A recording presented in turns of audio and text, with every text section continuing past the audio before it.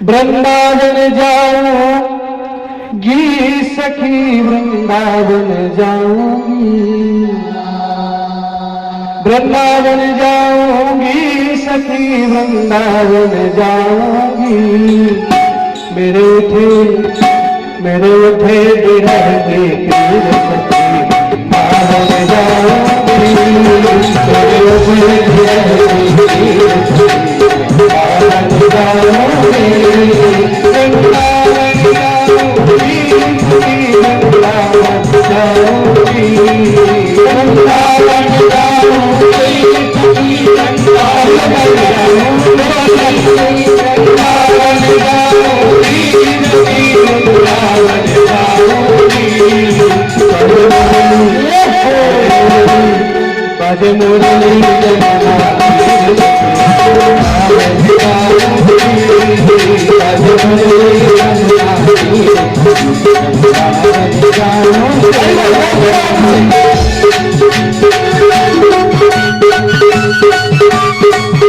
जिनको धंधा बन जाना दरबार करके पाई हो जाए।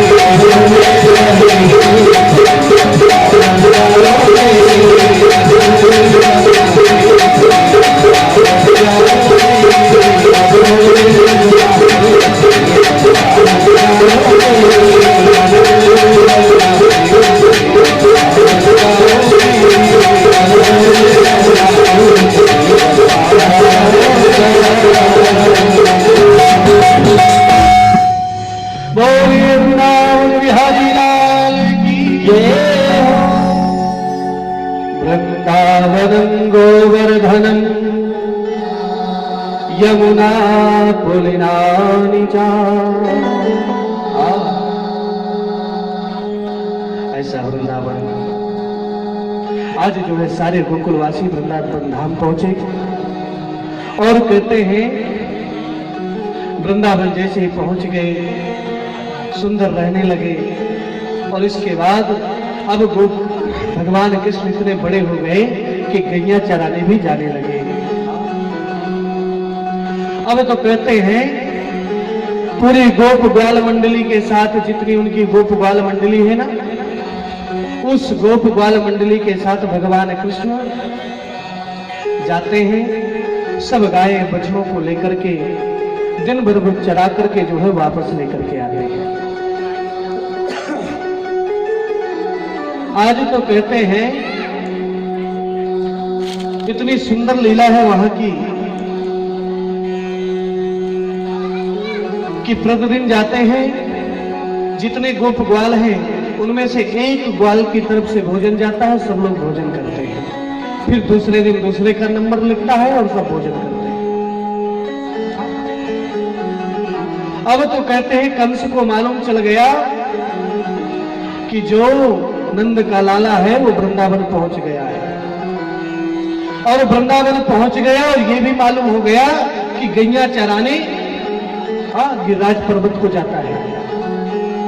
अब तो कहते हैं एक बड़े विशाल राक्षस को भेजा जिसका नाम है अघासुर। अघासुर इतना विशाल अजगर का रूप धारण करके कहते हैं वहां पर गया और जिस रास्ते से गोप ग्वाल जो है अपनी गाय लेकर के जाते हैं वहीं पर जो है अपना मुख फैला करके रास्ते में बैठ गया। एक नीचे का फन नीचे रखा और ऊपर का जो है आकाश मंडल में लगा दिया। इतना विशाल स्वरूप धारण किया। अब तो कहते हैं सारे गोप ग्वाल असमान की मात्र ग्रसिता निजिष्टा नयन तथा। अब तो जैसे गोप ग्वाल अपनी गाय लेकर के गए, आगे आगे गाय बछड़े हैं सब जो है उसके अंदर चले गए। क्यों? क्योंकि पूरा गुफा शरीर पूरा जो है पूरा मुख फैला हुआ है। सारे गोप ग्वाल जब उसके पास गए बोले ऐसी गुफा तो हमने पहली बार देखी। अरे ये अंदर से तो पूरी लाल लाल दिख रही है। एक ग्वाल जो है दूसरे ग्वाल से पूछता है ये लाल क्यों है?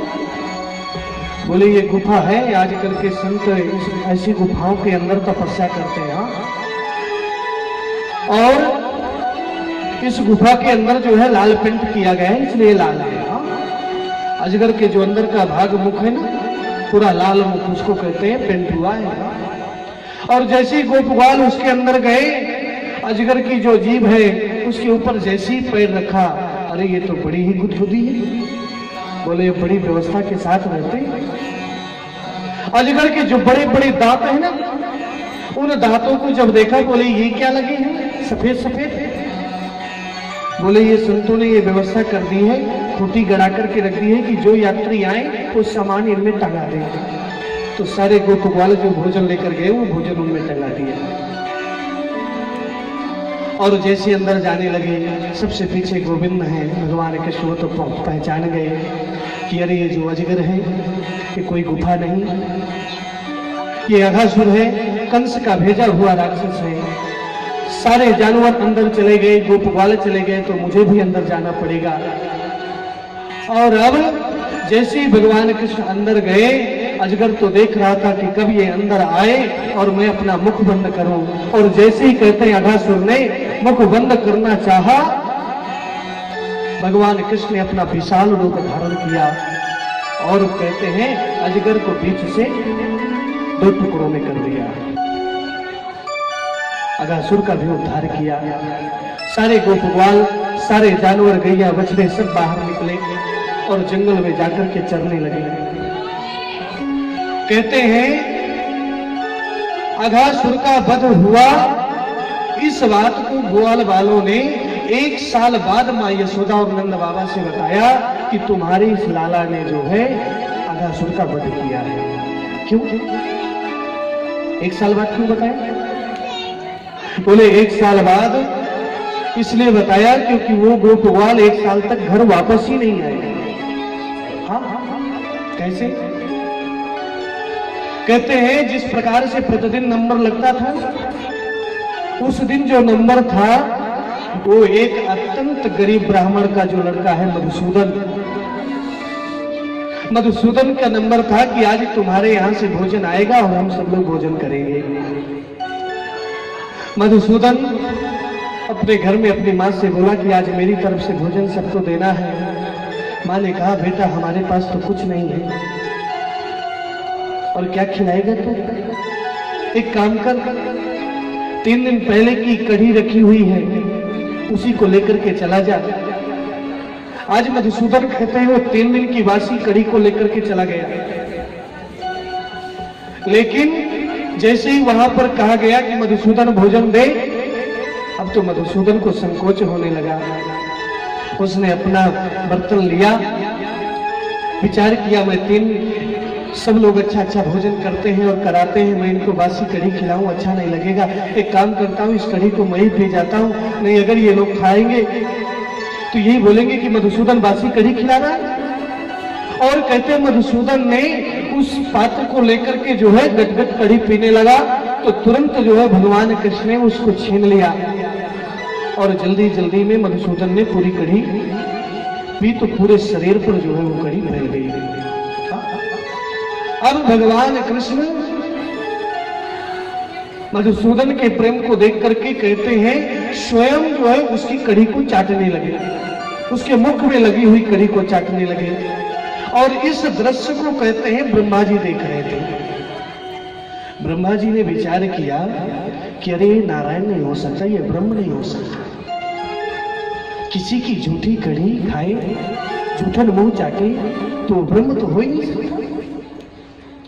आज ब्रह्मा जी को संशय हो गया, बोले काम करता हूं मैं परीक्षा ले लेता हूं कि ये ब्रह्म है कि नहीं। तो आज ब्रह्मा जी ने जो गाय चल रही थी ना, उन सारी गायों का बछड़ों का हरण कर लिया और ब्रह्मलोक में जाकर के छिपा दिया। और जैसे ही सब गोप ग्वालों ने गायों को नहीं देखा, इधर उधर ढूंढने चले गए, तो कहते हैं ब्रह्मा जी ने उन गोप ग्वालों को भी उठा लिया, चुरा करके वही ब्रह्मलोक ले गए। भगवान कृष्ण ने विचार किया कि ये सब आए नहीं अब तक। भगवान कृष्ण ने भी काफी खोज किया, जब कहीं गोप ग्वाल और गाय बछड़े नहीं मिले तो भगवान ने विचार किया कि कहाँ गए। ध्यान करके देखा तो पता चला अरे ये सब बूढ़े बाबा की करतूत है, ब्रह्मा जी की। अगर मैं जाकर के वहां से छीन करके लाता हूं तो अच्छा नहीं। एक काम करता हूं, जिस प्रकार से परीक्षा ली है ना वैसे ही उनको जो है सबक भी सिखाता हूं। तो अब कहते हैं जितनी गाय बछड़े थी भगवान ने अपने शरीर से, कृष्ण भगवान ने अपने शरीर से निकाली थी, और जितने गोप ग्वाल थे सिंह वैसे गोप ग्वाल अपने शरीर से निकाले और सबको वापस आए। ऐसी जो है वो डेली जो है सब गोप ग्वाल गाय बछड़े जाते चरने और डेली वापस आते। और जो ओरिजिनल गोप ग्वाल है ना वो ब्रह्मा जी के यहाँ है। ऐसे साल भर चलता रहा। एक दिन बलराम जी ने देखा कि ये आजकल के जो गाय बछड़े हैं ना एक दूसरे से बड़ा प्रेम करते हैं। क्यों? ध्यान करके देखा तो पता चला कि हर बछड़ा कृष्ण है, हर गाय कृष्ण है, हर गोप ग्वाल कृष्ण है। आज एकांत में बलराम जी ने कृष्ण भगवान को बुला करके पूछा, अरे ये कौन सी तेरी लीला चल रही है? भगवान कृष्ण ने कहा बताना नहीं, ये ब्रह्मा जी ने ऐसा कार्य किया है और ये उनको ज्ञान देने के लिए मैं ये सब कर रहा हूं।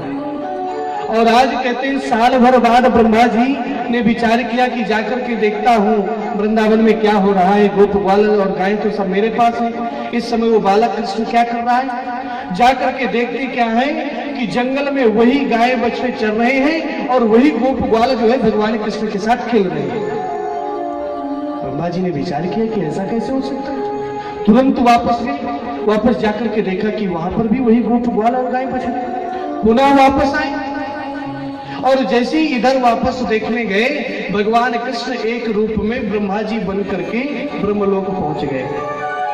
और जो ब्रह्मलोक के जो द्वारपाल थे ना उनसे बोल दिया कि आजकल बहुत बहुरूपिया घूम रहे हैं, हाँ एक व्यक्ति मेरे जैसा रूप बना करके ब्रह्मा बन करके घूम रहा है और उसको अंदर मत आने दे रहा। मेरी उससे भेंट हुई थी और भगवान कृष्ण स्वयं ब्रह्मलोक में पहुंच करके ब्रह्म गद्दी पर बैठ गए। और जैसे ही ब्रह्मा जी यहां से देख करके वापस गए, द्वारपालों ने तुरंत रोक दिया। कहां जा रहे हैं? अरे बोले मैं अपने धाम में आया हूं और तुम मेरे द्वारपालों मुझे ही रोक रहे हो? बोले हम सब जानते हैं, हाँ हमारे ब्रह्मा जी पहले से अंदर बैठे हैं और हम तुम्हें भी जानते हैं, तुम बहुरूपिया हो, अंदर जाने का प्रयास न करो, नहीं अच्छा डंडा लगाएंगे और बाहर कर देंगे तुम्हें। ब्रह्मा जी ने विचार किया ये क्या हो रहा, मेरे ही घर में और मुझे ही रोका जा रहा है। ध्यान करके देखा तो पता चला कि अरे तो गोविंद वहां अंदर भी मेरा रूप धारण करके बैठा है, मैं इसकी परीक्षा ले रहा था और ये मुझे ही बाहर कर दिया। आज ब्रह्मा जी ने कहते हैं उनकी बड़ी स्तुति की 40 श्लोकों से। बिभ्रद वेणुं जठर पटयो श्रृंग वेत्रे चकच्छे वारे पारो मसृण कललम फलान गुणेषु। आज 40 श्लोकों के द्वारा भगवान कृष्ण की वंदना की। मुझसे बहुत बड़ा अपराध हो गया है, अब मैं ऐसा अपराध नहीं करूंगा। आज कहते हैं भगवान कृष्ण ने ब्रह्मा जी के अपराध को क्षमा किया और पुनः उन जो वास्तविक जो गाय बछड़े थे और वास्तविक ग्वाल बाल उनको लेकर के जो है यहाँ पर आए। और उन गोप ग्वालों को ये ज्ञान नहीं है कि ब्रह्मा जी ने हमारा बंधन किया था। आज जब वापस आए तब जाकर के कहते हैं कि आज कृष्ण ने जो है साल भर बाद आज कृष्ण ने अघासुर का वध किया है। इसके बाद जो है जैसे अघासुर का वध हो गया था उसके बाद एक और राक्षस को भेजा जिसका नाम धेनुकासुर, वो भी आया एक गधे के रूप में और कहते हैं उसका भी उद्धार भगवान ने किया। इसके बाद आज भगवान कृष्ण रात्रि में लेटे हुए हैं और विचार कर रहे हैं कि मेरा जन्म तो इस पृथ्वी के अंदर जो दोष है, इस ब्रज में जो दोष है, जो गलत रीतियां हैं उनको मुझे दूर करना है। और अभी तक मैंने एक बहुत बड़ा कार्य नहीं किया। क्या? यहाँ की जो यमुना माँ है उनका जल इतना दूषित है, इतना विषैला है। उस यमुना में एक काली नाग रहता है और वो काली नाग इतना विषैला है कि उसके विष के कारण पूरे यमुना का जल जो है विषैला हो चुका है। और मुझे जो है इस यमुना के जल को जो भी गाय बछड़े जो पानी पीते हैं वो तुरंत मर जाते हैं। इसके ऊपर से जो पक्षी उड़ करके जाते हैं उसके विष के हवा के कारण वो भी मर करके उस यमुना में गिर जाते हैं। कोई भी यमुना के पास नहीं जाता, अपने बच्चों को कोई नहीं भेजता खेलने के लिए, स्नान करने के लिए। इसलिए मुझे ऐसा कुछ करना चाहिए कि इस यमुना का जो जल है उस जल को जो है मुझे विष से मुक्त कर देना चाहिए। बिलोके दूषितां कृष्णां कृष्णः कृष्णाविनो विभुः दूर्या विशुद्धमनवीक्ष्य सर्पतमुद्वासिनम्। अब तो कहते हैं जैसे प्रातः काल हुआ आज भगवान कृष्ण ने कहा आज हम गैया चराने नहीं जाएंगे। बोले क्या करेंगे? बोले आज हम सब गोप ग्वाल जो है खेलने जाएंगे। सब गोप ग्वालों ने पूछा कि कहाँ खेलने जाएंगे? बोले ऐसी जगह जाएंगे कि जहां बहुत आनंद आए। कहां पर? आज हम यमुना के किनारे जाएंगे खेलने। जैसे ही कहा कि आज हम यमुना के किनारे खेलने जाएंगे सारे गोप ग्वाल डर गए। बोले बिल्कुल नहीं। हाँ? एक ग्वाला तो कहता है अरे कन्हैया तुझे जाना है तो जा। मैं तो बिल्कुल नहीं जाऊंगा। क्यों? बोले मैं अपने मम्मी पापा का अकेला हूँ और वहां जाऊंगा इतना विषैला पानी है और मुझे कुछ हो गया इसलिए मैं तो बिल्कुल नहीं जाऊंगा। एक ग्वाला कहता है मैं तो और नहीं जा सकता। बोले क्यों? बोले मैं बहुत दिनों के बाद हुआ हूँ, हाँ न जाने कितनी पूजन पाठ मेरे मम्मी पापा ने किया तब जाकर के मेरा जन्म हुआ, हाँ? और मुझे इतना चाहते हैं अगर कुछ हो गया तो भगवान कृष्ण कहते हैं तुम सब लोग इतना सोच रहे हो, मैं तो 60 साल के बाद आया हूं, मेरे पापा तो 60 साल के हो गए थे। अब तो भगवान कृष्ण सबको समझा रहे हैं, बिल्कुल किनारे खेलेंगे नहीं, थोड़ा सा दूर खेलेंगे। और बड़ा खेल में मैं हूं ना, जिस प्रकार से मैं धेनुकासुर, बकासुर, अगासुर सारे राक्षसों से तुम्हारी रक्षा कर रहा हूं, वैसे वहां पर भी करूंगा। आज सारे गोप वालों को समझाया और खेलने के लिए चल दिए। क्या खेल खेलेंगे? बोले एक गेंद बना लो, क्रिकेट मैच खेलेंगे। हाँ, तब बैट नहीं था तो एक डंडा ले लो, एक डंडा ले लो और एक गेंद ले लो और उसी को खेलेंगे, एक दूसरे को मारेंगे। और सारे गोप बाल जो है आज खेलने के लिए वहां पर यमुना के किनारे चल पड़े। अरे काले तह पे खेलन, काले तह पे खेलन आयो रे मेरो वारो सो कन्हैया। काले तह पे खेलन आयो रे मेरो वारो सो कन्हैया। काले तह पे खेलन आयो रे मेरो वारो सो कन्हैया। काले तह पे खेलन आयो रे मेरो वारो सो कन्हैया। कन्हैया मेरा प्यारो तो कन्हैया, मेरा वारो तो कन्हैया, मेरा प्यारो तो कन्हैया। खेलन आयो मेरे वारो तो कन्हैया। खेलन आयो मेरे वारो तो कन्हैया।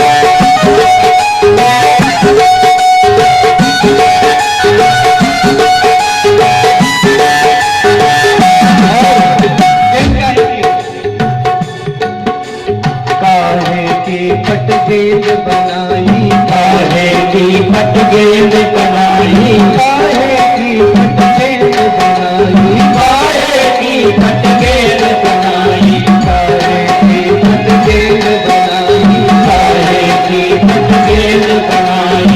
काहे को गंगा लायो मेरे वारो तो कन्हैया। काहे को गंगा लायो मेरे वारो तो कन्हैया।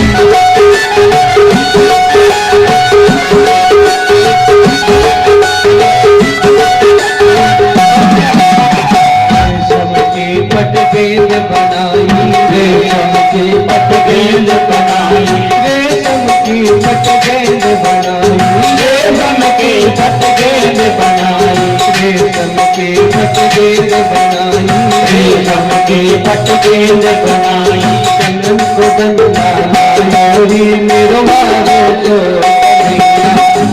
कलम को गंगा लायो रे मेरो वारो तो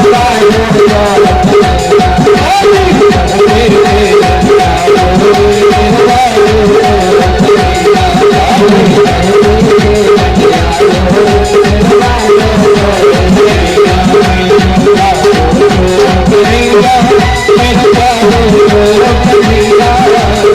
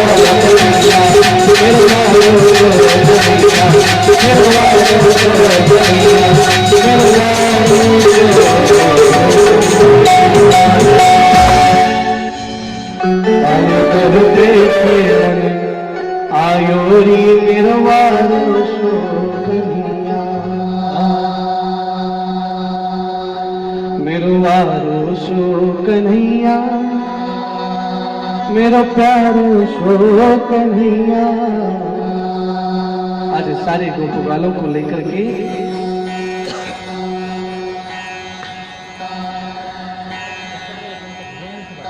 सभी लोग इतनी सुंदर कथा सुन रहे हैं, लेकिन हमें जब हम भजन गाते हैं तो हमें ऐसा लगता है कि सब लोग भोजन करके नहीं आए हैं, भूखे आ गए सब लोग। क्यों? बड़ी कमजोरी सी लग रही है। ताली भी बजाने में बड़ा आलस आ रहा है। कुछ लोग तो ऐसे ताली बजाते हैं कि जैसे हाथ में, एक हाथ से दूसरे हाथ में लग रहा हो, तो धीरे से ऐसा। एक बात और बताएं, ये हम नहीं, बड़े बड़े संत कहते हैं, बोले महाराज जब हम कीर्तन में, भागवत में जब भजन होता है ना, और उस समय जब हम ताली बजाते हैं तो हमें बड़ा फल मिलता है। क्या? आप जब लोग कोई ज्योतिषी आता है तो सबसे पहले तुरंत हाथ दिखाते हैं, महाराज हमारा भविष्य बताइए। दिखाते हैं। ये हाथ में अच्छी रेखाएं भी होती हैं और बुरी रेखाएं। कहते हैं जब हम भजन में ताली बजाते हैं ना, तो बुरी रेखाएं अच्छी रेखाओं में बदल जाती हैं, और जब ताली नहीं बजाते तो अच्छी रेखाएं बुरी रेखाओं में बदल जाती हैं। अब ये निर्णय आपको करना है कि अच्छी रेखाएं बनाना है कि बुरी रेखाएं। आज कहते हैं भगवान कृष्ण सभी गोप ग्वालों के साथ खेल रहे हैं, ये गेंद लेकर के दूसरे गेंद को मार रहे हैं। आज जैसे ही कहते हैं भगवान कृष्ण का नंबर आया, उन्होंने ऐसा मारा कि वो गेंद जाकर के सीधे जमुना पर गिर पड़ी, और जैसे ही जमुना में गई, अब तो सारे गोप ग्वाल बोल रहे हैं कि इतनी मेहनत से हमने गेंद बनाई है, तुम ही लाकर के हमें गेंद दोगे। हाँ, उसमें एक कहते ग्वाल वाले जिसका नाम है श्री दामा। श्री दामा ने कहा खेलने में कोई बड़ा नहीं होता, खेलत में को काको को सैया। हाँ, चाहे तुम नंद बाबा के छोरा हो चाहे कोई भी हो, तुमने गेंद फेंका है तुम ही लेकर के आओगे। आज भगवान कृष्ण ने कहा जरूर, मैं लेकर के आता हूं। जल्दी ग्वाल वालों ने विचार किया शायद झूठ बोल रहा है, ये जमुना में थोड़ा जाएगा, इतना विषैला जमुना का पानी है। भगवान कृष्ण गए, बोले जाओ, बोले बिल्कुल जाना पड़ेगा और गेंद चाहिए हमें। जमुना के किनारे एक कदम्ब का वृक्ष है। भगवान कृष्ण उस कदम्ब के वृक्ष में चढ़ गए, बोले कूदो, बोले कूदो। और आज कहते हैं सच में भगवान कृष्ण ने जमुना में छलांग लगा दी। और जैसी छलांग लगाई, अब तो सारे गोप ग्वालों के मुंह से चीख निकल गई, अरे ये क्या हो गया, अरे हम तो मजाक कर रहे थे, ये तो सच में कूद गया। भयंकर रोने लगे, दौड़ करके गए, नंद बाबा और यशोदा माँ से बताया। सारे आज वृंदावन वासी सब जो है दौड़ पड़े। आबाल वृद्ध वनिता सर्वैंग पशुव्रतयः, जितने पशु आबाल वृद्ध वनिता बच्चे बूढ़े जवान सब दौड़ पड़े जमुना की तरफ। आज सारे विलाप करने लगे, अरे ऐसा क्या हो गया। यशोदा माँ तो कहते हैं जमुना के किनारे बेहोश होकर के गिर पड़ी। क्यों? क्योंकि सबको ये ज्ञान है इतना विषैला पानी है कि जो इस पानी को थोड़ा सा पी लेता है तो मर जाता है। अब वो तो कूद गए हैं। माँ यशोदा भयंकर विलाप कर रही, सारे वृंदावनवासी विलाप कर रहे हैं। लेकिन आज भगवान कृष्ण को तो उस विष को दूर करना है। आज अंदर गए, उनको तो विष का प्रभाव ही नहीं पड़ सकता, क्योंकि वो तो बिस्तर नाग के ऊपर सोते हैं। भगवान कृष्ण जैसे अंदर गए, देखा कि काली नाग सो रहा है। आज जैसे ही कहते हैं काली नाग के सामने खड़े हुए, काली नाग की जो पत्नियां हैं उन्होंने कहा आप कौन हैं, यहाँ पर आए हैं और आप जीवित कैसे हैं। और जैसी बातचीत हो रही थी, काली नाग की नींद खुली और उसने भयंकर विष को फेंका, लेकिन उस विष का प्रभाव भगवान कृष्ण के ऊपर कुछ भी नहीं हुआ। और आज कहते हैं भगवान कृष्ण उस काली नाग के फन के ऊपर खड़े हो गए और आज पैरों से प्रहार कर रहे हैं उस काली नाग के ऊपर। जिस फन को ही वो काली नाग भगवान कृष्ण की तरफ उठाता, उसी फन पर पैर का प्रहार करता। अब तो कहते हैं फनों का इतना प्रहार किया कि प्रहार करते करते काली नाग के मुख से जो है खून निकलने लगा। और जैसे वो खून जमुना के ऊपर आया, जमुना जी का लाल कलर हुआ। अब तो कहते हैं सारे वृंदावन वासियों ने विचार किया जरूर जो है कुछ अनहोनी हो गई। काली नाग को इतना तारीफ किए भगवान कृष्ण कि आज काली नाग बोला कि तुम कौन हो। आज भगवान कृष्ण उसको अपने स्वरूप का दर्शन कराया। अरे तू यहाँ आकर के जो है यहाँ के जीवों को कितना तकलीफ दिया, इस जल को दूषित किया, न जाने कितने जानवर कितने पशु कितने जीव मर गए इस जल को पी करके, और तुमने इस जल को दूषित किया है, इसलिए तू दंड का अधिकारी है, तुझे दंड मिलना चाहिए। आज वो काली नाग ने बड़े सुंदर शब्दों में कहा, भवान ही कारणं तत्त्वा सर्वज्ञो जगदीश्वरः अनुग्रहं निग्रहं वा मन्यसे तद्विधेनः। अरे ये बताइए, आप साक्षात नारायण हैं, मुझे काली नाग किसने बनाया है? आपने बनाया है। मेरे अंदर जो विष है वो किसने दिया? आपने दिया। मुझे जो विष फैलाने का, जो काटने का मेरे अंदर गुण है वो किसने दिया? आपने दिया। तो इसमें मेरा क्या दोष है? भगवान ही कारणत्व, आप ही इसके कारण है जो कि मेरे अंदर विष दिया। अगर मेरे अंदर विष नहीं देते तो आज ये विषैला नहीं होता।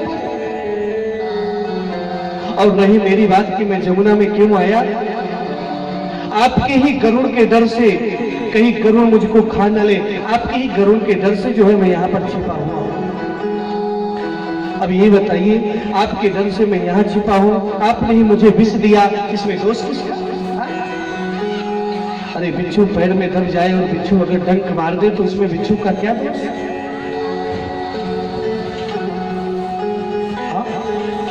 एक संत थे, नदी में स्नान कर रहे थे। देखा कि इस जल में जो है एक बिच्छू बहती हुई चली जा रही है, तड़प रही है जल में।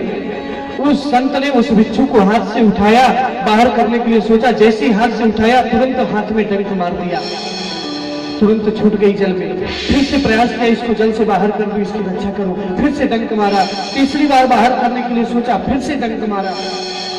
एक व्यक्ति वहां पर खड़े होकर के ये सब देख रहा था।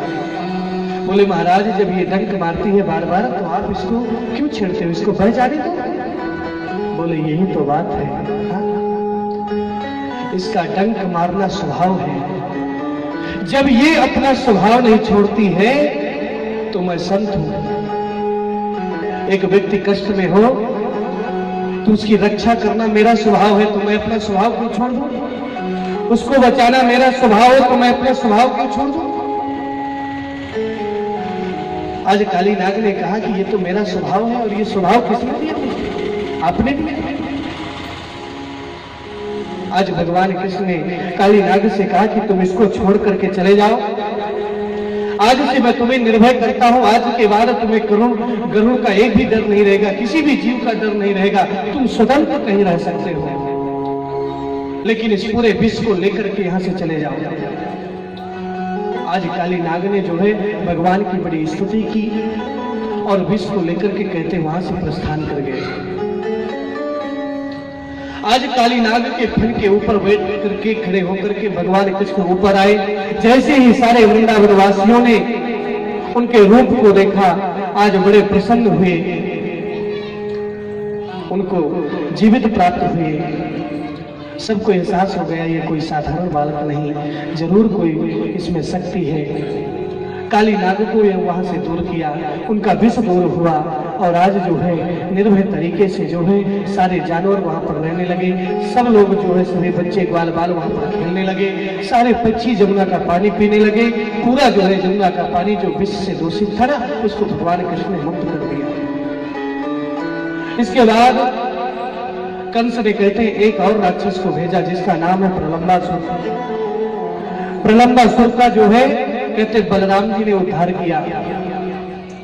इसके बाद जिस जंगल में जो है भगवान कृष्ण गैया चराने जाते थे, अजासात सुरा गौ सक्र सुना महिष्वपी, उस जंगल में जो है कंस ने आग लगवा दिया।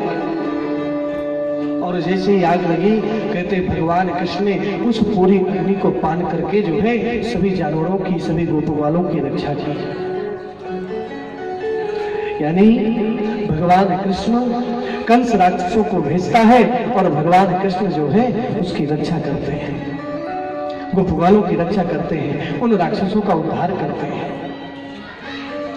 इसके बाद भगवान कृष्ण ने जो है कहते हैं एक लीला और की। हेमंते प्रथमे मासी, कितने वर्ष के हो गए? 5 वर्ष के हो गए भगवान कृष्ण। 5 वर्ष के जब हुए, विचार किया जमुना को तो मैंने मुक्त कर दिया दोष से, लेकिन एक और दोष यहाँ पर ब्रज में चल रहा है। क्या कहते हैं? ब्रज में हेमंते प्रथमे मासी, हेमंत ऋतु का जो पहला महीना है जिसको हम मार्गशीर्ष का महीना बोलते हैं, तो नंद ब्रज कुमारिका, पूरे ब्रज की जो कुमारी लड़कियां हैं वो एक व्रत करती हैं। हाँ, उस व्रत का नियम क्या है? बोले कहते हैं प्रातः काल भोर में 4 बजे जग करके जो है नदी में स्नान करने जाते हैं, और वहां से स्नान करके जो है माँ कात्यायनी की पूजा करती है। और माँ कात्यायनी से मांगती क्या है? कात्यायनी महामाये महायोगिन्नधीश्वरी नंद गोप सुतम देवी पतिम में कुरुते नमः। अरे हे कात्यायनी माँ, हे महायोगी, हमें जो नंद का छोरा है ना, जो जैसा कृष्ण है वैसा हमें पति प्राप्त हो। नंद ब्रज कुमारी का,